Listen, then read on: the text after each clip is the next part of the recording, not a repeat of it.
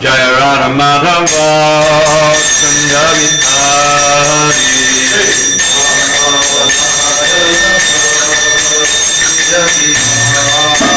Jaya Radha Madhava Kunda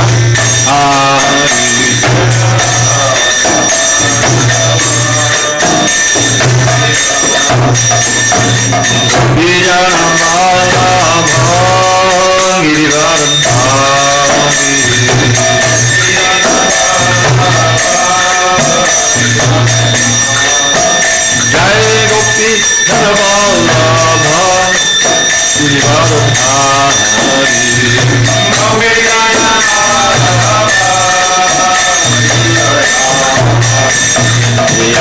Yashodanandana Brajajanaram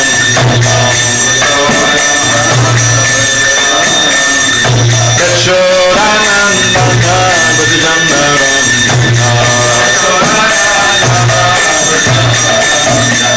Yamuna Tira Vanachari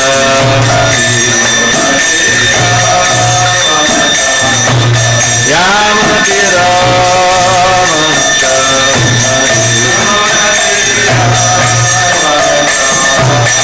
Jaya Radha Madhava Kunda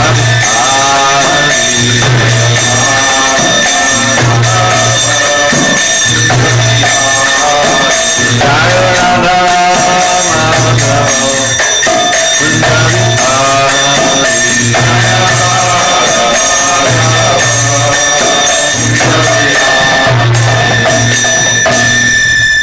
Jaya Paramahamsa Dravida Prabhu and Divine Grace, Srila Bhakti Vedanta Swami Prabhupada Jai. ISKCON Bhakti Srila Prabhupada Jai. Jai Om Vishnupada Paramahamsa Dravida Prabhu Sri Srimad Divine Grace Srila Bhakti Siddhanta Saraswati Thakur Jai. Ananda Koti Vaishnava Jai. Ramacharya Srila Haridas Thakur Jai. Shri Upadeshamuni Ki Jai, Jai, all glory to the assembled devotees. All glory to the assembled devotees. All glory to the assembled devotees. All glory to Shri Guru and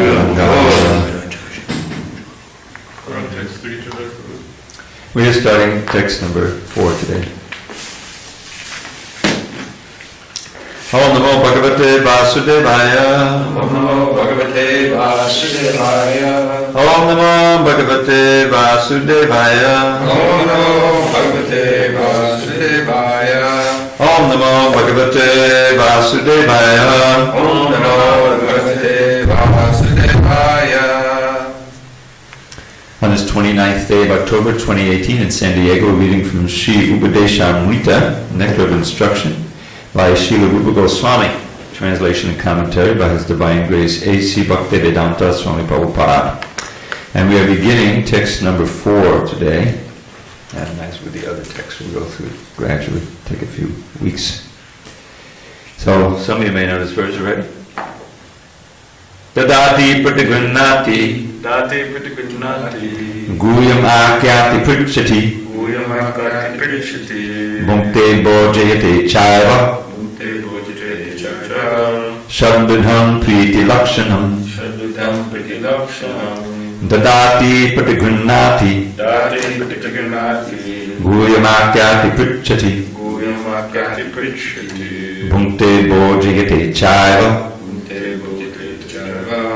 Shadvidham priti lakshanam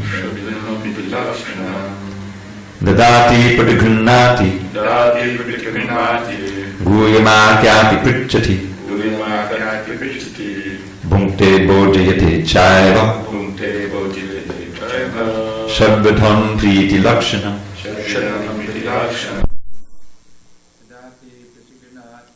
Dadati pratigrunnati Guyamakyati pritchati Bhukte bhojayate chaiva Shadbudham priti lakshanam Dadati pratigrunnati Guyamakyati pritchati Bhukte bhojayate chaiva Shadbadham Priti Lakshanam Dadati, gives charity. Patigrishnati, accepts in return. Guhyam, confidential topics. Akyati, explains. Prichati, inquires. Bhunkte, eats. Bhojayate, feeds. Cha, also. Eva, certainly. Shat vidham, 6 kinds. Priti, of love. Lakshanam, the symptoms. Translation. Offering gifts in charity, accepting charitable gifts, revealing one's mind in confidence, inquiring confidentially, accepting prasad, and offering prasad are the 6 symptoms of love shared by one devotee and another. Purport. We'll read this purport in stages. In this verse, Srila Rupa Goswami explains how to perform devotional activities in the association of other devotees. There are 6 kinds of activities.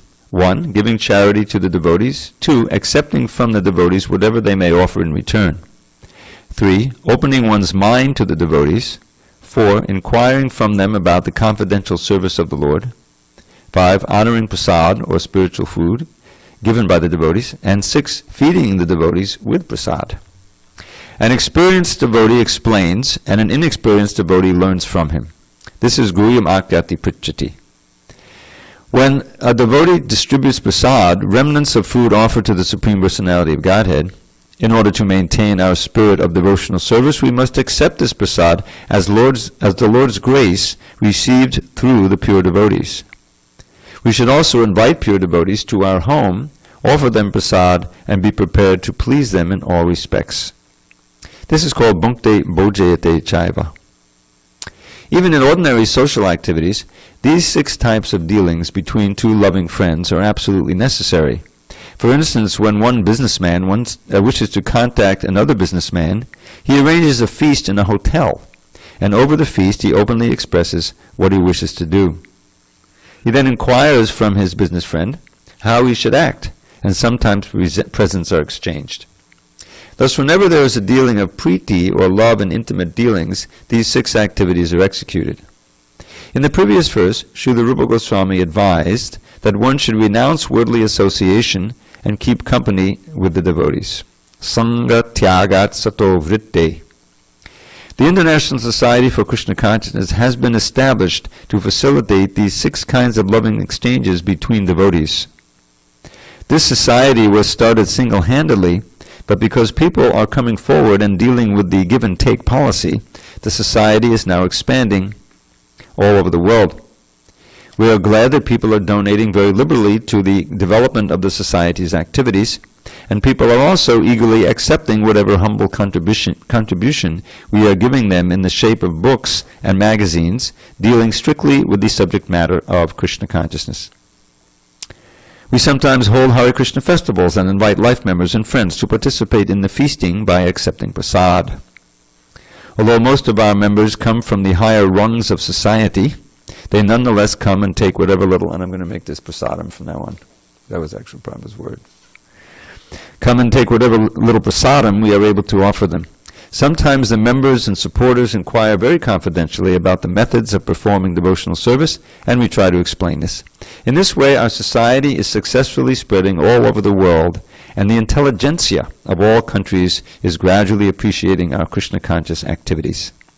The life of the Krishna-conscious society is nourished by these 6 types of loving exchange. Boy, this paragraph goes on and on. Hare Krishna.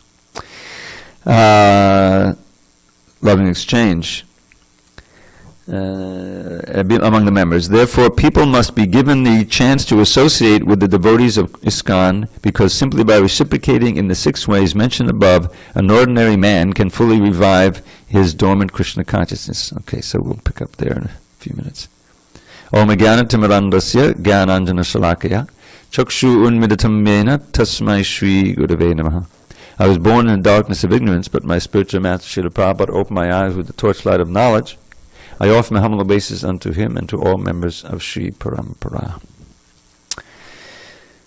So in the next two verses, Rupa Goswami talks about relations between devotees, how to honor different levels of devotees in different ways in the next verse, and how to guard against judging devotees by their external material condition in the following verse. So this indicates that Krishna consciousness, as Prabhupada mentions here, is nourished, is furthered by the relationship between the devotees. We hear so often about the importance, and Prabhupada refers to it here, and it's in the Upadeshamrita, of associating with devotees and disassociating from non-devotees. The mind is just like a sponge. Whatever you associate with, whatever the mind associates with, it will take on that quality. And as devotees, if we're sincere, we want to try to make the mind our friend, and don't degrade ourselves by the mind, but uplift ourselves by the mind, and therefore using our intelligence, purified by hearing and reading and studying the Shastra and discussing it, we make decisions about what we expose our mind to, what we expose ourselves to. And but human beings are social animals, social beings, as most living beings are, many living beings are. So the Krishna consciousness is especially based on association. The prime association is Sankirtan, is congregational chanting of the holy name. And in my experience, when devotees get together and chant, any little wrinkles that are developing between devotees that may develop into some kind of animosity or envy or discord is oftentimes just evaporated by wonderful kirtan, where you're chanting together, you're glorifying together, especially outside, because there one inevitably has a sense of togetherness with devotee, because you're in the big wide world of Maya, and you're all taking shelter together of Krishna, and you're feeling the strength and the protection of Krishna's holy name and each other's. Where's the holy name coming from? Well, you're chanting, and you're hearing other devotees chant. So that is why Srila Prabhupada so much emphasized morning and evening kirtans, 2 kirtans in the morning, Mangalartik, and of course Guru Puja. And I was very interested that you mentioned that about the importance of Guru Puja. I've heard that before. That should really be emphasized. And also, in my day, the evening, we'd have the Gaur Arti and big kirtan together, and then a class. And this is what allows you to continue in Krishna consciousness, because if you get isolated, then you're easy pickings for Maya and illusion and depression and going elsewhere. So, and specifically these wonderful loving exchanges, priti lakshanam. So offering gifts in charity, accepting charitable gifts. Now oftentimes for ashram devotees, this one is kind of merged with the one of accepting prasad and offering prasad. The gift can often be a special kind of prasad. We hear about Jayananda Prabhu, how he would wake someone up in the middle of the night. Prabhu, would you try this little samosa? It's wonderful, And he was such a beloved devotee. He was always sharing, and he wouldn't hear any criticism of devotees. That's another very important part. I think Raghunath Bhatt was also the acharya for that. He very much exemplified that. In other words, knowing the things that will water the creeper and knowing the things that will damage the creeper. And one of the greatest damages is hearing blasphemy, or what to speak of participating in blasphemy of other devotees who are sincerely trying to spread the holy name, as we chant every morning, blaspheming of devotees who have dedicated their lives to propagation of the holy name. So there is kind of a positive and negative. If you're really looking to engage in these activities, then your heart will be softer. You'll be less likely to be prone to fall into that mode of criticizing and so forth, which is really an attempt to place oneself above. It's exactly opposite to the mood of devotional service, which is humility and placing oneself in a lower position, as we were hearing so wonderfully about Bhakta Mitch last night. So, giving charity to devotees, accepting from the devotees whatever they may offer in return, opening one's mind to the devotees. Now this is sometimes difficult. It's important, but it's important to do that. At least have somebody who you can confide in, who can help you. You know, a senior devotee, someone who can give you good advice about how to overcome some difficulty you have in devotional service. That's one of the. I mean, the basic principle in devotional service is that the elders who are a little more experienced, a little more steady, will bring up newer devotees, and they in turn will become experienced. In this way, the movement will spread. That desire, that compassionate feeling of wanting to help as many people as possible come to the lotus feet of Krishna, is expressed in these ways. I remember when I was first coming around, I was just a new bhakta. I wasn't even a bhakta. I was just coming and visiting the temple regularly. And one devotee, who I guess you probably remember, Gadagwaja. Remember Gadagwaja? Yeah. He was living in Brooklyn that time, temple. And he would take the trouble to bring me down to the prasadam hall and ply me with whatever was there, rice and dal, even some halva, whatever. And as I was taking that rice and dal, he's preaching to me. And very important, not just the words he was giving, but the whole atmosphere that he cared. He was giving me prasad. This is a loving exchange, you know, and opening his mind. In other words, he's sharing the Krishna consciousness. That basic principle is all important in spreading this movement. Just feeling compassionate, empathetic, you know, just like Prahlad is the ideal. He himself is nicely situated. He can experience ecstasy at any time, but he's feeling the pain of others. It's pada dukkha dukhi. That's what it means. And doing something about it, willing to sacrifice his own, spiritual welfare, going off alone, so that he can help others. And we should always remember that the persons most easily at hand to help are our God brothers. You know, that's they need help too. So that's and then inquiring from them about the confidential service of the Lord.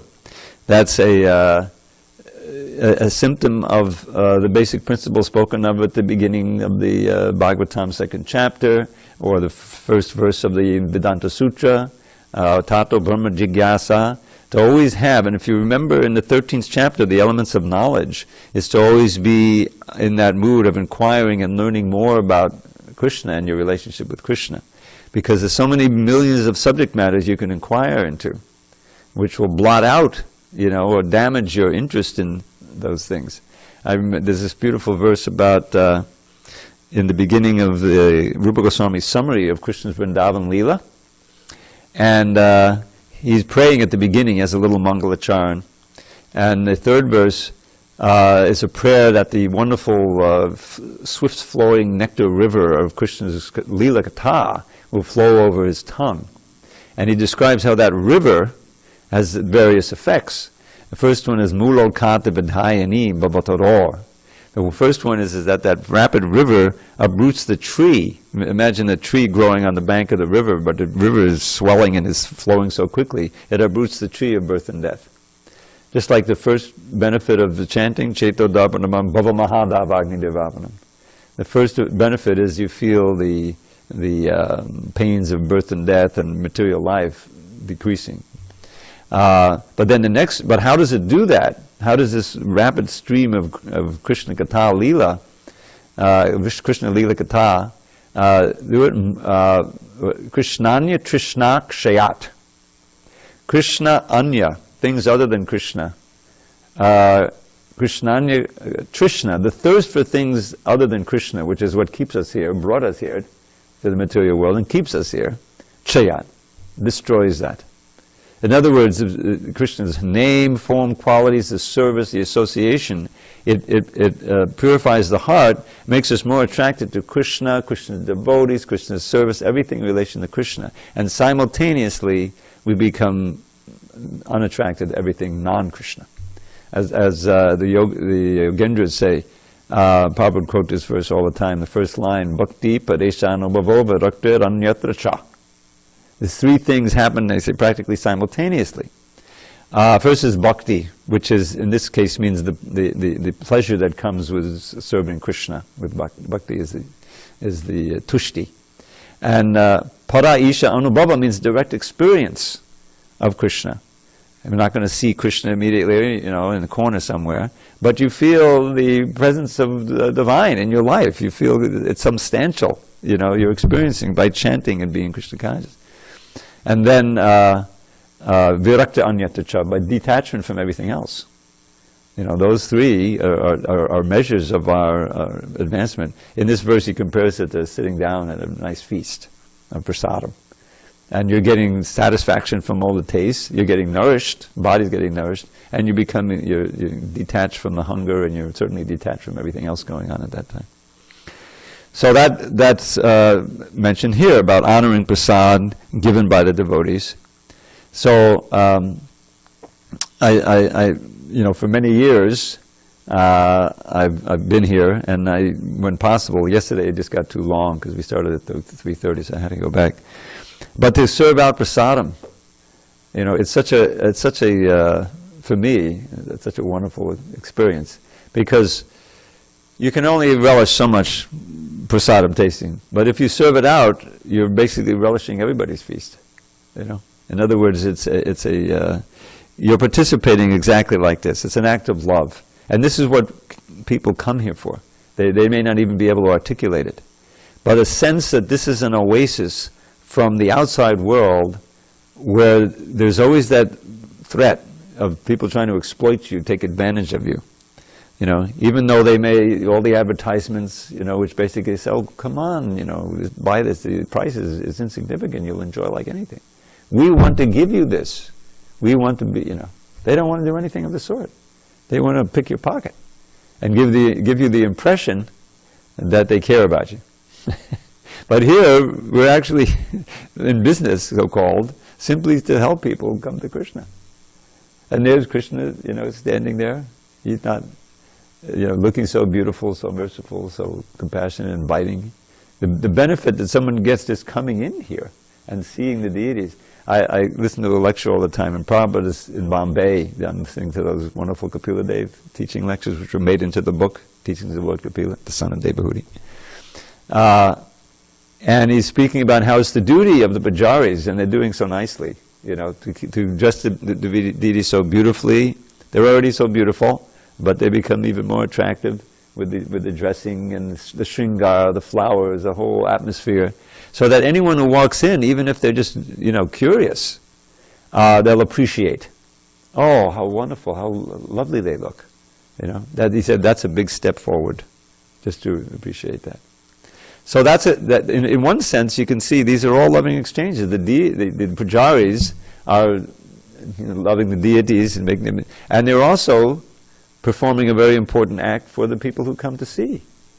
And that's really the essence of bhakti, is this selflessness, this trying to give Krishna to others so that they'll appreciate, they'll get the wonderful gift of the holy name and the books and the prasadam and the association and everything else that we're tasting. That mood is what attracts people.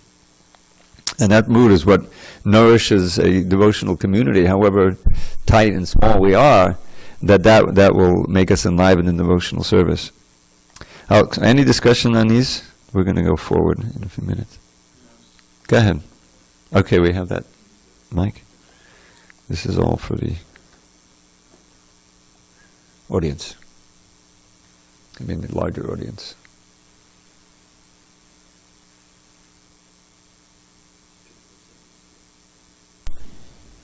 So,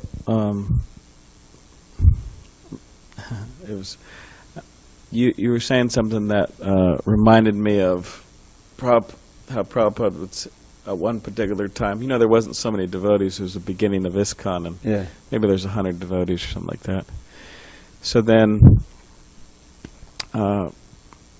when devotees asked, "Oh, how many pure devotees are there?" And then Prabhupada said, "Oh, how many devotees do we have in ISKCON?" And the devotee said, "Oh, we have about 100." And Prabhupada said, "Oh, there's 100 pure devotees." So when you were talking about how to relate to devotees, and that'll come up. Reminded me of that. But maybe you could just kind of elaborate on that idea that Prabhupada,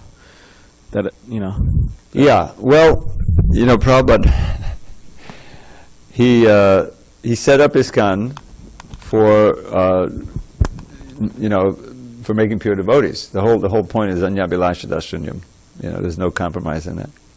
And he was fully aware that there's a process, of purification to come to that state.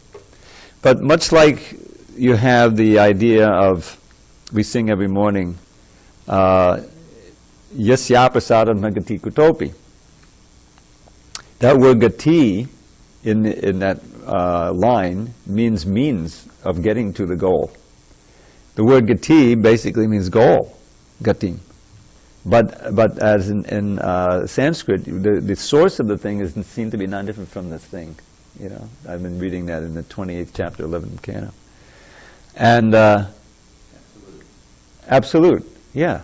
And so by the same token, Prabhupada is seeing, these devotees are working toward becoming pure devotees. They're aspiring to have, no other motive than, in other words, they're working under me.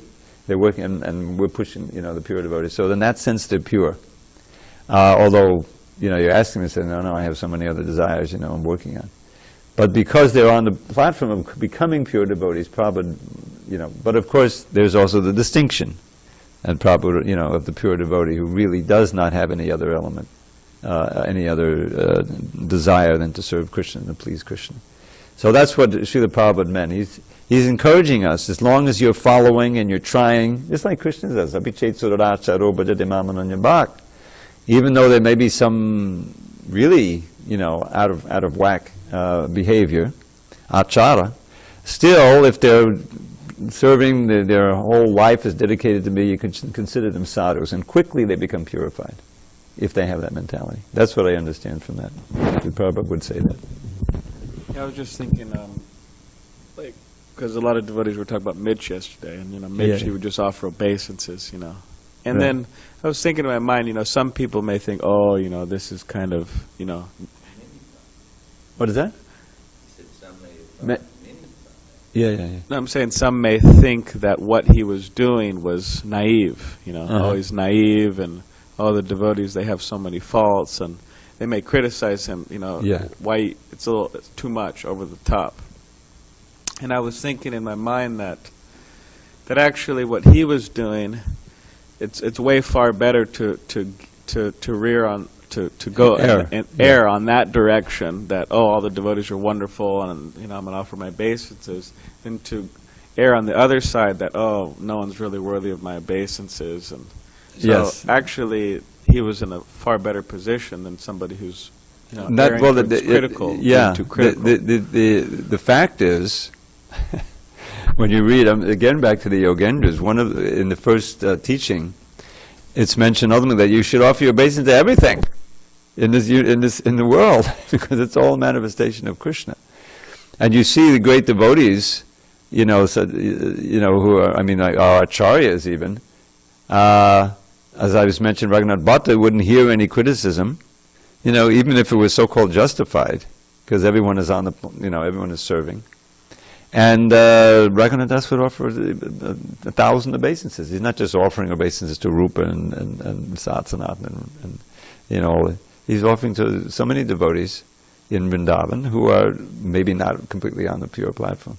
So the fact is that genuine feeling, as we see amazingly in the Chaitanya Charitamrita, Krishnadas Kaviraj, as he describes himself, of humility in the Satya, the lower, that's the emblem of the greatest devotees, is that they're really feeling themselves low, and but at the same time fortunate to have I think you mentioned it, fortunate to have the association of the devotees, the holy name, and they pray even more fervently for the shade of the lotus feet of Krishna.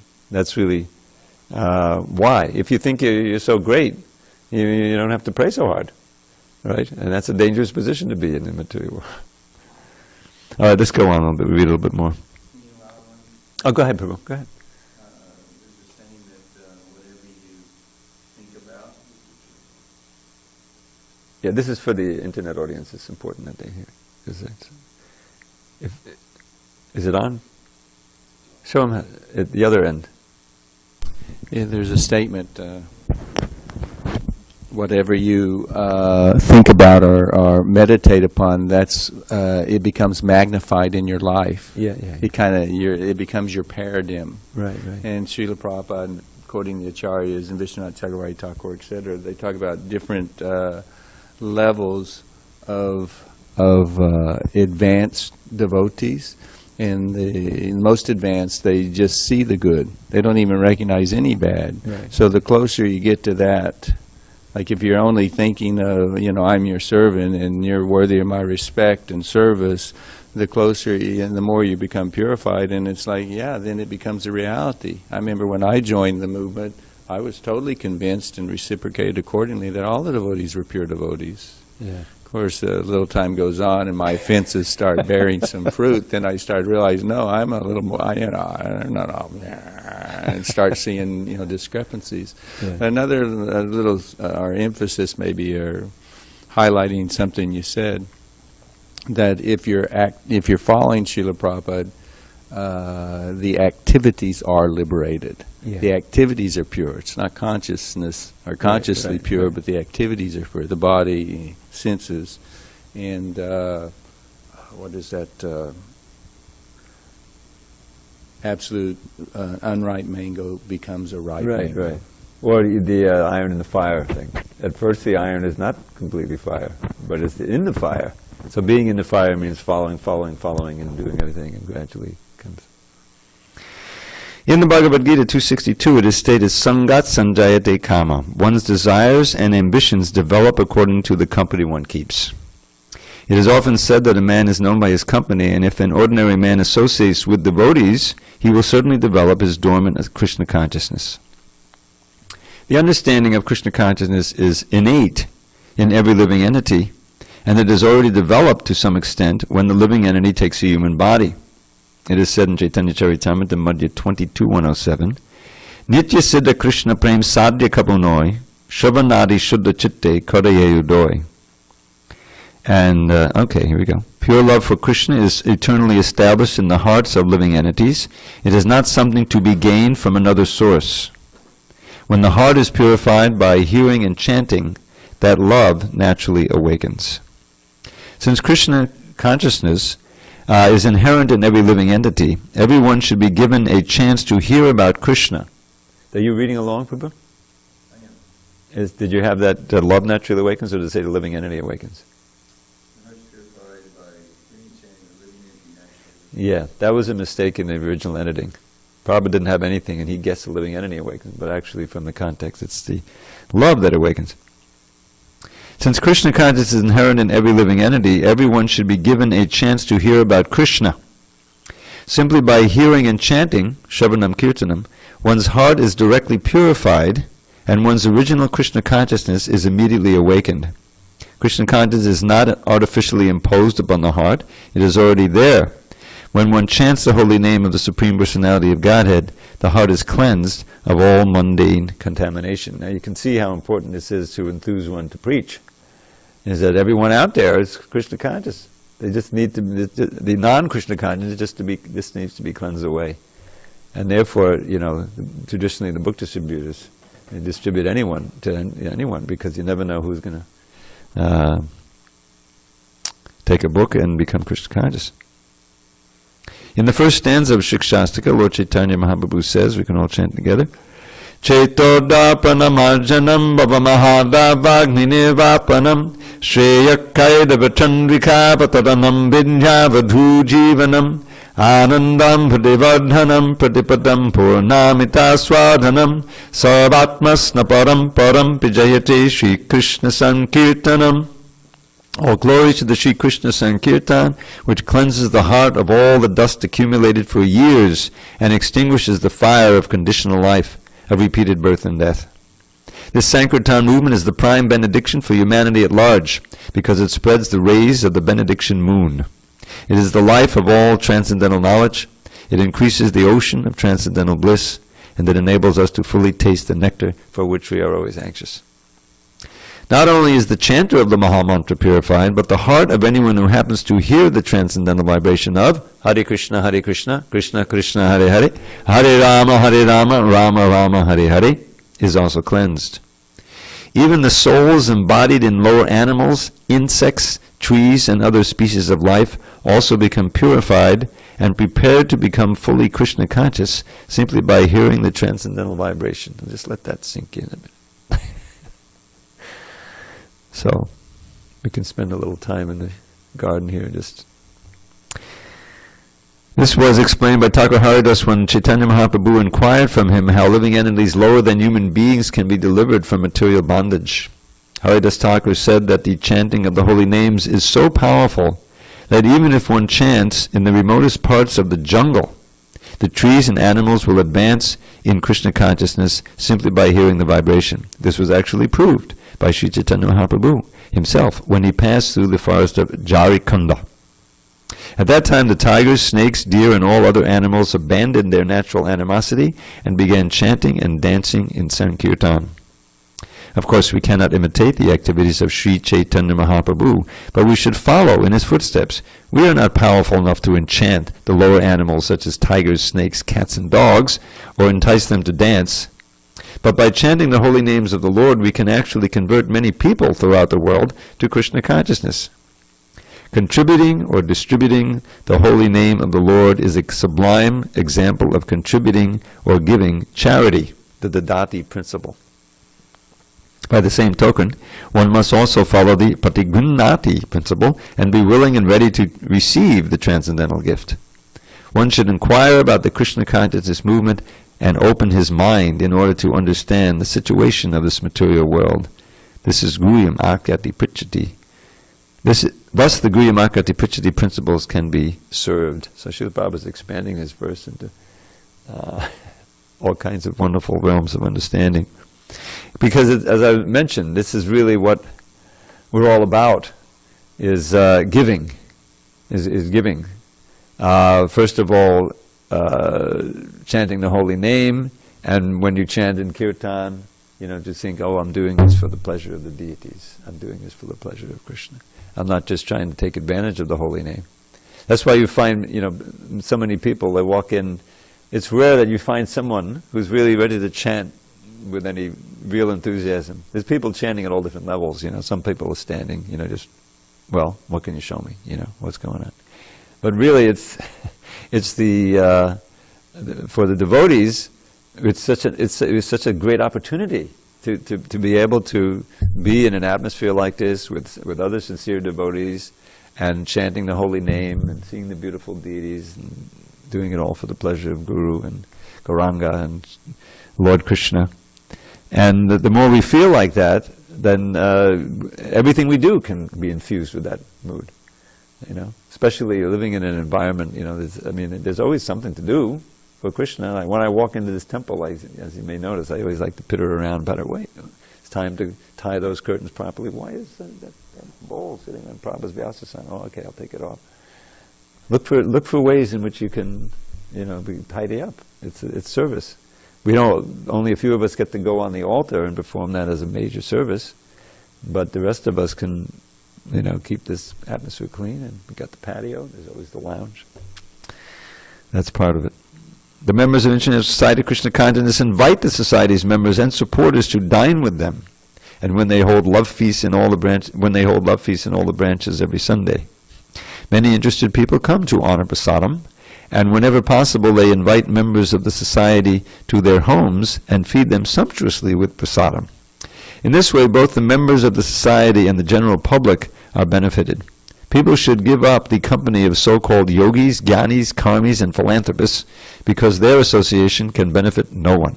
If one really wants to attain the goal of human life, he should associate with devotees of the Krishna consciousness movement, because it is the only movement that teaches one how to develop love of God. Religion is the special function of human society, and it constitutes the distinction between human society and animal society. Anyone know the verse? Hitopadesh. What is it? Ahara nidra bhayamaitanamcha samanyareta pashabhi samana dharmo hitesham adhiko vishesho dharmena hina pashabhi samana. The only one I know from the Hitopadesh. Prabhupada's citing it here. We share with the animals, eating, sleeping, bathing, and defending, fearing really. But the distinguishing quality of the human life is dharma, or religion, as Prabhupada says here. Animal society has no church, mosque, or religious system. In all parts of the world, however downtrodden human society may be, there is some system of religion. Even tribal aborigines in the jungles also have a system of religion. When a religious system develops and turns into love of God, it is successful. As stated in first canto, srimadbhagavatam 126, all together.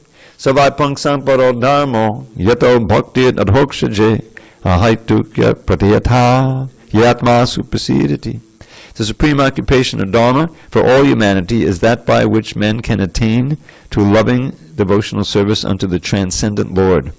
Such devotional service must be unmotivated and uninterrupted in order to completely satisfy the self. Now, Prabhupada's just mentioned here about the prasadam. Feeding someone else is almost like it's a universal act of expressing love. It's the first thing you experience as a child, as a baby. Your mother's feeding you, and you have this tremendous appreciation for that big, warm, safe, loving, you don't even know it's a person. But that's the original expression. And it holds true throughout our lives. If somebody, gives you some nice food to eat, invites you for a home, immediately your heart is open to them, because everyone feels, hungry, and it's a basic principle. So when that Lord Chaitanya's program, read the Chaitanya Charitamrita, there's so many elaborate feasts, and you realize what a wonderful cook Krishnadas Kaviraj must be. When Lord Chaitanya takes sannyas and he has his first alms after 3 days of fasting, and he goes to Advaita's house, and there's a wonderful feast cooked by Sita Thakurani, and description of the feast and the preps. I think in one Prabhupada, our devotees should learn how to make these preps. But that was, an expression of love and devotion from Advaita and his wife, or Lord Chaitanya and Nityananda, and they accepted the prasad. So that's Prabhupada's, unquestioned genius in centering the whole movement, chanting and distributing prasad. Became famous for that. So that's Prabhupada calls it the love feast. But it's important, in the preparation and so forth, that we be as careful as possible, make them as nice as possible for Krishna, tasty, so that people will feel the bhakti. That's what it's about. If members of human society actually want peace of mind, tranquility, and friendly relations between men and between nations, they must follow the Krishna-conscious system of religion, by which they can develop their dormant love for Krishna, the Supreme Personality of Godhead. As soon as people do so, their minds will immediately be filled with peace and tranquility. So you can see the tragic contrast we have in today's world. There's no peace and tranquility. The fires of demonic anger and division. Kali means fighting all the time. Even within the home, between communities, different socioeconomic. So the only hope is Krishna consciousness. Really, to spread. I wanted to mention this. I don't know if I got to mention this the other day, but when I was a kid, meaning young adult, I was very aware of the political situation in the world. I was raised in that kind of family. And the whole thing came to a head in 1962 with the Cuban Missile Crisis. It was like, hello, this looks like the end of the world. Okay, I was 14 years old. I was perfectly aware of what was going on. The anxiety was palpable amongst everybody in the world who had a radio or TV. And somehow, we avoided it. And as time has gone on, and you realize that was just one of quite a few near misses, where we almost blew up the world. I couldn't help feeling, well, this is divine arrangement here. Prabhupada arrived 3 years later in New York, and we do believe Krishna's in charge of everything, right? When you look at the gods, the guys who really make it a business and knew about the internal workings of the military, and so forth, it's like 95% chance the world would have ended then. Really a long shot. And then when you factor in all the other times, I won't get into detail, some Russian guy in a bunker somewhere, and something malfunctions, and it looks like the United States is attacking with a big bunch of missiles. And if he had made a phone call to the superiors telling, yep, the missiles are coming, it would have been World War III. But he said, wait a minute, this doesn't make sense. Why would they only send 2 missiles? Why not send a whole bunch? Somehow or other he didn't make the call and we were saved. This is what we've been through. So it's like really amazing. So we're at a time like that right now, and we're the only safe thing we can do. The only thing purify your chanting, be very strict, and try to spread Krishna consciousness as much as possible, and the rest is in the divine hands. We can't directly do anything about it, but what we can do most importantly is trying to spread this movement, which is I'm convinced that's why we're still, the world hasn't blown up yet. Of course, we have our predictions. Kali Yuga is going to go on for 427,000 years. I don't know how that's going to grow. Global warming and everything. Something's got to really radically change. But just to, this is the world we live in. It's like we're living in Ravana's kingdom or Hiranyakashipu Kamsa. It's really like that, But Krishna he saved all of them, either as Ram or as Shringadev or as Lord Krishna himself. So that's the best thing we can do, is to be Krishna conscious and spread Krishna consciousness as much as possible and engage in these loving exchanges. Any final word or comment? I have to go back on a regular basis here around 8:30. All right, I'm going to make a mark here. And we will pick this up again next Monday. All glories to Srila Prabhupada. Thank you very much.